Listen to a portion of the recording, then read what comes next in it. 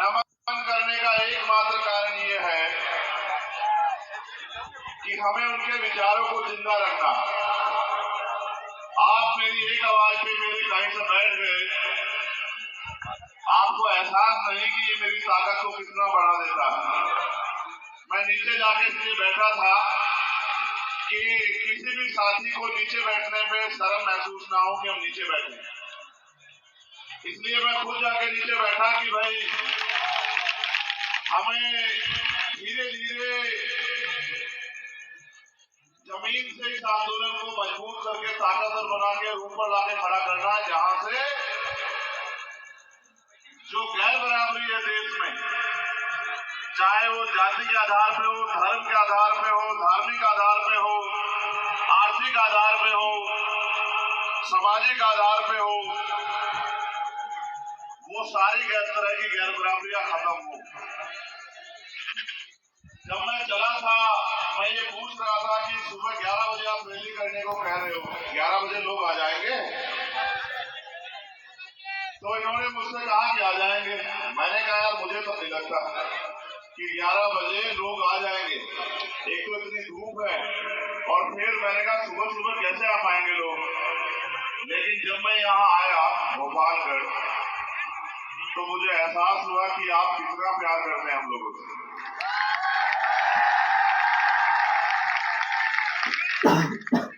मैं उन साथियों का भी धन्यवाद दूंगा जो मोटरसाइकिल पे अपने अपने साधनों से बहुत दूर से हिम्मत बांध के जो है हमारे साथ चले आ रहे हैं।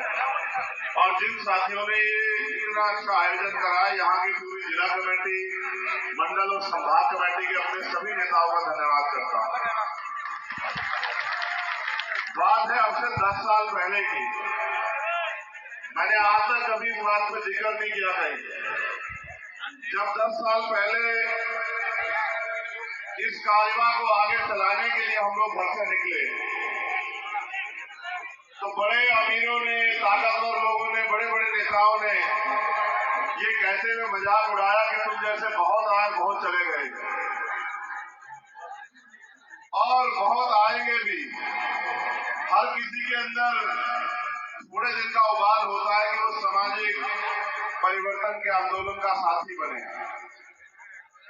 मैं उस अपमान को, उस हंसी मजाक को सहता रहा। लेकिन जब आज भोपालगढ़ आया और आपका ये प्रेम देखा,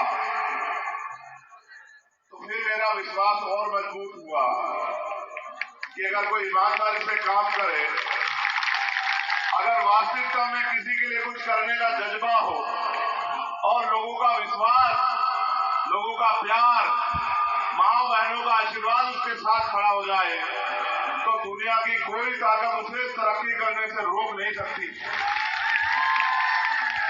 ऐसे कितने मसले आए होंगे कि बहुत बार अपमान का सामना करना पड़ा, लेकिन संघर्ष रुका नहीं, संघर्ष जारी रहा।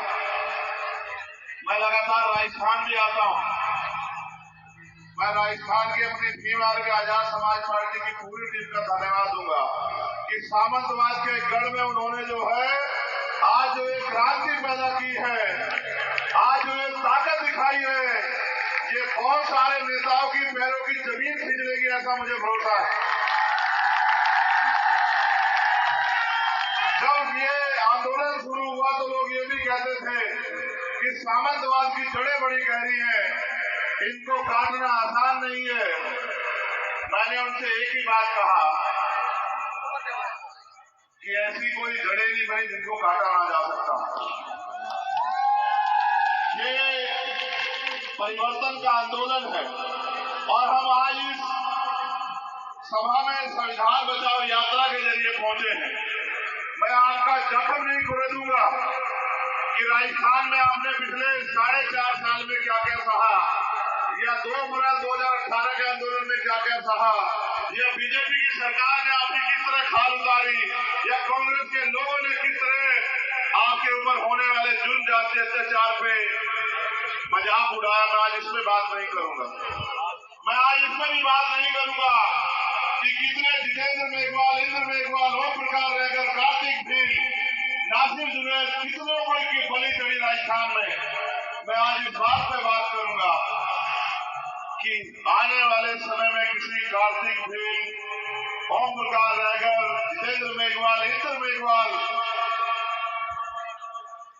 या किसी और भाई की तरफ आंख ना उठे, इसकी तैयारी हमें करनी है। सुरेश की बड़ी बहन वहां बैठी थी, जब मैं नीचे आके बैठा तो वो रोने लगी, और क्योंकि यहाँ हमारे नेता लोग बोल रहे थे मैं सुन नहीं पा रहा था उन्हें कि वो क्या कह रही थी, लेकिन उनकी आंखों के आंसू बता रहे थे कि यहाँ न्याय की क्या हद, यहाँ न्याय किस तरह हावी है। मैं आपको ये पूछना चाहता हूं,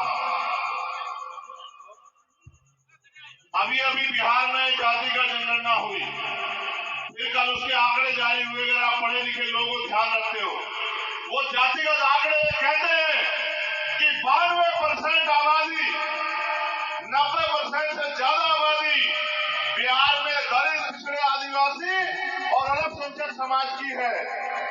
अगर आप राजस्थान का वो कराओगे सर्वे, मैं शर्त लगा के कह सकता हूं कि 85 से 90% आबादी आदिवासी, दलित, पिछड़े और अल्पसंख्यक समाज की राजस्थान में होगी। भारत में जब लोकतंत्र आया, वोट का अधिकार मिला, उस लोकतंत्र का असली उद्देश्य क्या था, इसमें आप गौर करो। लोकतंत्र यानी कि बहुमत का शासन। बहुमत का मतलब जिनका वोट होगा, जिनकी संख्या ज्यादा होगी, उनका राज होगा। वोट हमारी ज्यादा थी, लेकिन हमारा राज नहीं आया। सदियों सदियों हम लोग आजादी से पहले इंतजार करते रहे कि कोई हमारे जुल्म जाति पे दिल पसीजेगा किसी का, कोई हमारे आंसुओं पे, हमारी उधरती चमड़ी पे कोई तकलीफ करके यह अत्याचार बंद करेगा। कभी बंद नहीं हुआ। आजादी के बाद, संविधान के आने के बाद हमें अवसर मिले कि अगर हम पे न्याय होगा तो उसको सजा मिलेगी। वो अलग बात है कि न्याय ताकतवर लोगों की कठपुतली बन गया है। न्यायपालिका में चाहे जिले की हो या प्रदेश की हो, हाई कोर्ट हो, सुप्रीम कोर्ट हो, उनमें भी आज हमारे लोगों की संख्या नहीं है। वहां भी हमारे घुसने के बैरियर लगाए गए हैं। मैंने कल ही और मैं लगातार कह रहा था कि आजाद समाज पार्टी का उद्देश्य है संपूर्ण सामाजिक न्याय, यानी कि अंतिम व्यक्ति को भी जो हाशिए पे है उसको भी रोटी, कपड़ा, मकान, स्वाभिमान, सम्मान का जीवन, और उसको भी अवसर मिले। अगर उसमें जमीन नहीं, उसको जमीन मिले। उसमें रोजगार नहीं, उसको रोजगार मिले। उसमें उद्योग नहीं, उसको उद्योग मिले।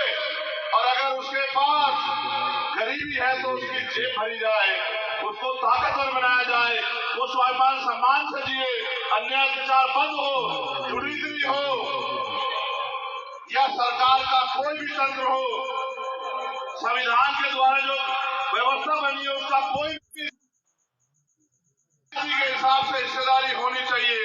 लेकिन गजब देखिए कि लगातार जातिगत आंकड़ों को छिपाया गया। मैंने आपसे कहा कि 90% आबादी राजस्थान में आपकी है, तो आप मुझे बताओ कि राजस्थान में राज किसका होना चाहिए। राजस्थान समूह एक कानून नहीं बना पाएगा, एक व्यक्ति को सजा नहीं दिला पाएगा।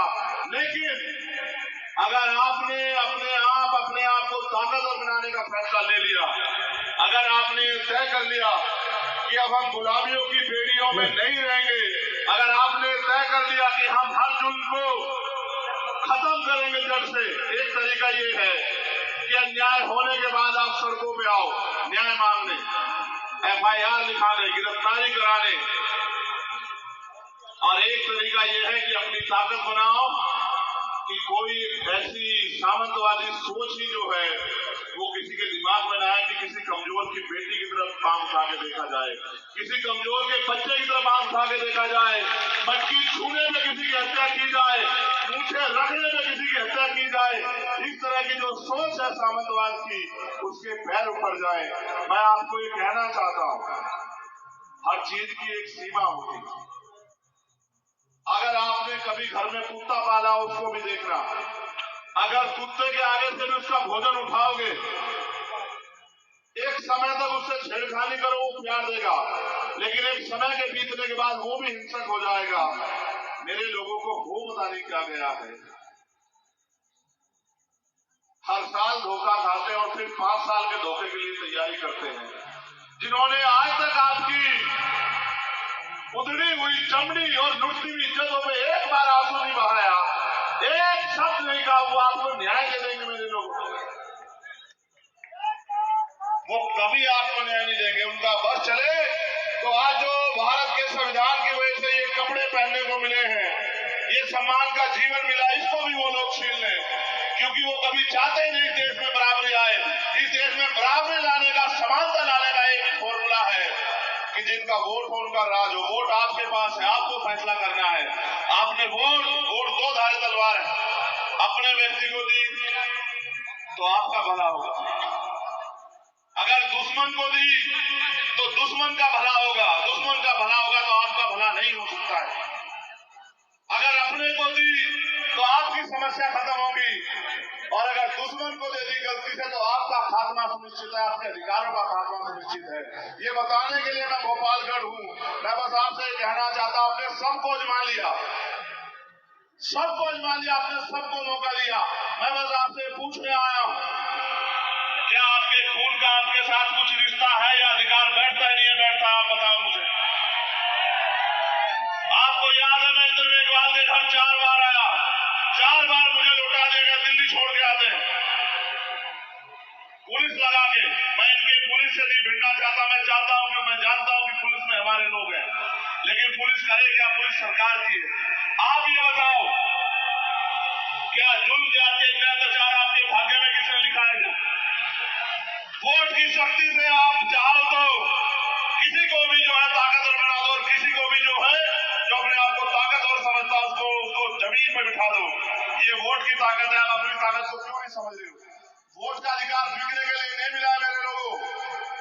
रोटी रोटी तो हम लोग खा ही रहे हैं, कच्ची पक्की खा रहे हैं, ये बात सच है।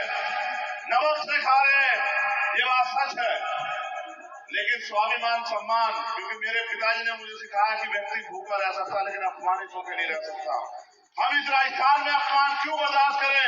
आपने मुझे पगड़ी पहनाई, ये बहुत अच्छी बात है, लेकिन असल मजा तब आएगा जब राजस्थान में मेरे लोगों के सर पे पगड़ी आएगी, और वो पगड़ी जिसमें ताकत होगी, जिस पगड़ी के पहनने के बाद आपकी कलम में वो ताकत होगी कि आप चाहो तो अपने बच्चों को कितने रोजगार दे दो, आप चाहो तो कितने ही भूमिहीनों को भूमि दे दो, कितने ही लोगों को लोन दे दो, कितने लोगों को रोजगार दे दो, कितने ही लोगों को, गरीबों को, कमजोरों को सशस्त्र लाइसेंस दे दो। तमाम तरह की योजना जो है वो आपके हिसाब से बने, वो पगड़ी और उसका एकमात्र तरीका है कि अपनी वोट की शक्ति को इकट्ठा करो। एक फाइल मेरे पास आई, बहुत जरूरी मसला, मैं इस पर जरूर बोलूंगा। सुनील इंडलिया मेघवाल का, आप जानते हैं सुनील को? जो नहीं जानता है जान लो। उन्होंने मुझे बताया कि 4 साल पहले शहीद हुए, उनकी 4 पीढ़ी है आर्मी में, लेकिन आज तक शहीद का दर्जा नहीं मिला। आप सुनो मेरी बात तो आपको समझ आएगी। ना मिला शहीद का दर्जा, ना मिलेगा। क्यों नहीं मिलेगा ये भी जान लो। मेरा एक छोटा भाई आर्मी में, उसका फोन आया दिन मुझे कि भैया आप एक मामला उठा दो। मैंने कहा क्या हुआ? कि हमारे यहाँ एक शेड्यूल कास्ट के सिपाही को एक सीओ रैंक के अधिकारी ने बहुत अपमानित किया, बहुत गालियां दी सबके सामने। इतनी गालियां दी, उल्टा सीधा बका, जाति सूचक सब कहे कि वो एक दिन तो किसी के साथ बोला नहीं और अगले दिन उसने सुसाइड कर लिया। अगर आप इसकी जांच करा दें, सुसाइड नहीं है, उसको इतना प्रताड़ित किया गया कि उसने महसूस किया कि जीवन का कोई मोल नहीं है, इसलिए उसने खुद को आत्महत्या कर ली। उसने कहा आप एक बार जांच करा दो, दूध का दूध पानी का पानी हो जाएगा, उस भाई को न्याय मिल जाएगा। मैं लगातार नजर बना के रखा हूं हर मसले पे। जब बात आती दलित पिछड़ों के बच्चों की, आदिवासियों के बच्चों की, तो क्योंकि अगर उसको शहीद का दर्जा मिलेगा तो उस परिवार का सम्मान भी बढ़ेगा और उस परिवार को जो सहयोग मिल रहा है वो भी देना पड़ेगा। इसलिए जानबूझ के जब बात आती दलित पिछड़ों के बच्चों की,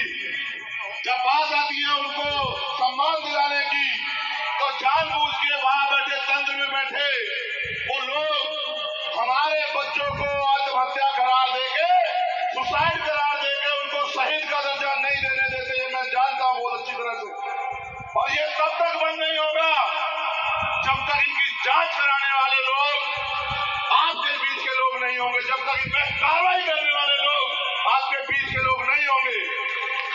ये तभी बंद होगा मेरे लोगों, ये शहीद का दर्जा तब मिलेगा जब न्याय होगा। और न्याय कब होगा?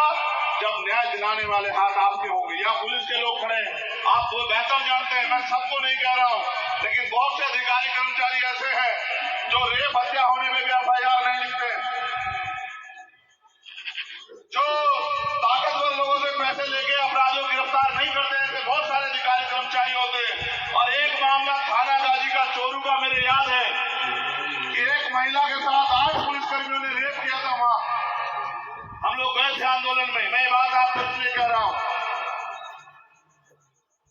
कि जब तक इन पे कार्रवाई करने वाले हाथ आपके नहीं होंगे और इनको ये एहसास नहीं होगा कि अगर आप न्याय नहीं दोगे, आप संविधान के जरिए मिली नौकरी में बैठ के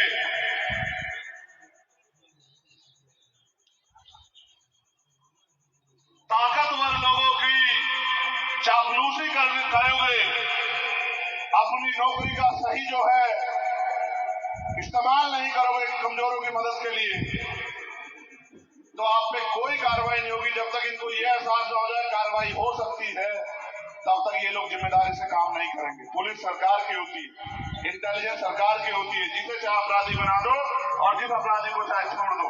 आप अपनी ताकत बनाओ, शहीद का दर्जा भी मिलेगा, वो सम्मान भी मिलेगा, और कोई भाई जो है उसके साथ अन्याय नहीं होगा भविष्य में। इसलिए मैं बात आपको बता रहा हूं। मैं तो जानता हूं, मैंने 50 मामले देखे।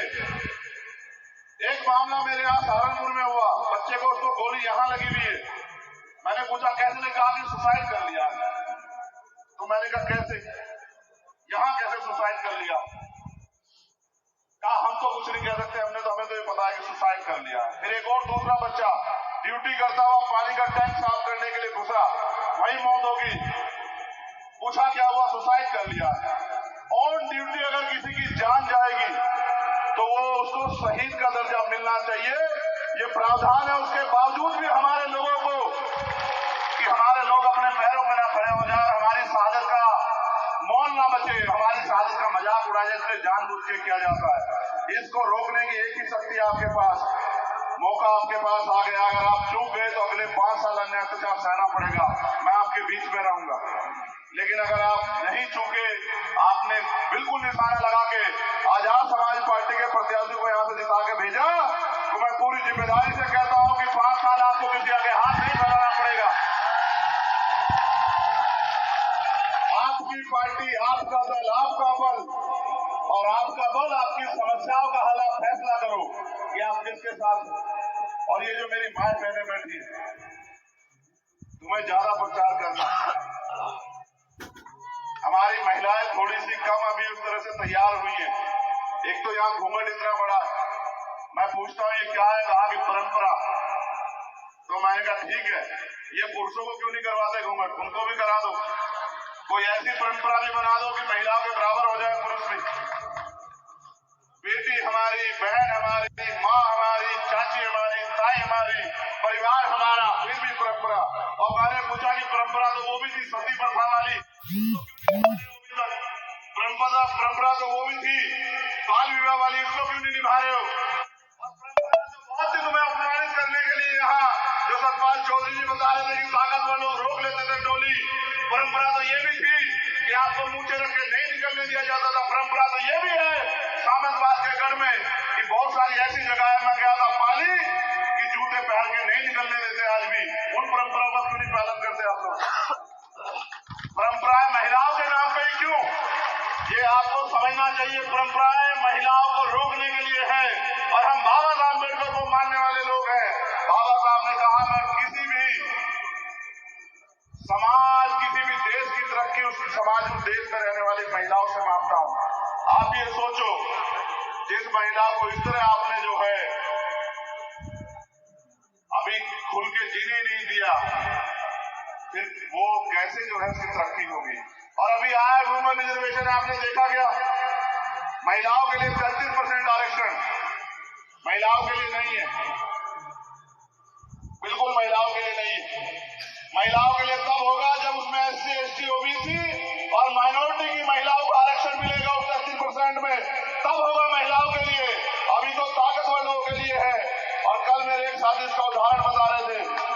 निषाद भाई, एक तरफ शेर खड़ा कर दो, शेर का मतलब उनके समझाने के अनुसार शेरनी, और एक तरफ बिल्ली, और बीच में रख दो कोई भी खाने का टुकड़ा जिसको खाती हो। तो आप ये देखना क्या शेरनी के आगे बिल्ली खा लेगी क्या? आप बताओ, क्या शेरनी बिल्ली को खाने देगी क्या?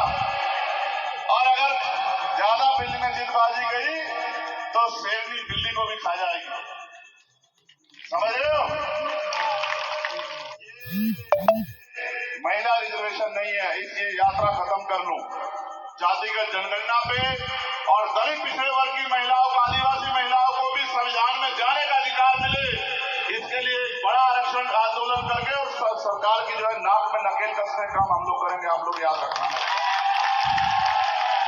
जब हमारे बीच में ये पल्लू करके बैठी हमारी माए बहनें जाएंगी और अपने हकों के लिए संविधान में, संसद में जाके बोलेंगी, तब आएगा संविधान में महिला आरक्षण का सही फायदा तब मिलेगा।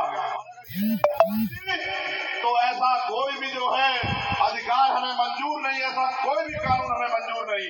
मैं आपसे आग्रह करूंगा, क्योंकि समय कम है और मुझे पीछे से बताया गया कि भीमनाल में ग्राउंड भर गया है, 5 घंटे का सफर है। एक संविधान बचाओ मार्च हम लोग करेंगे। बहुत अनुशासन में आना। आज की संख्या आपकी इतनी है कि जहां से पानी नहीं निकलता और जिस धरती से वो भी, इससे भी पानी निकल जाएगा, याद रखना। बहुत अनुशासन में, बहुत वॉलंटियर साथियों से कहूंगा कि वो व्यवस्था बनाए और ये 500-700 मीटर का मार्च है, अनुशासन में चलना। बस आखिरी बात बताओ, आपका चुनाव निशान क्या है पहले ये बताओ, जोर से बताओ क्या है चुनाव निशान। चलो मैं एक बार बताता हूं, आपको याद रहे कि सारी पार्टी देख ली,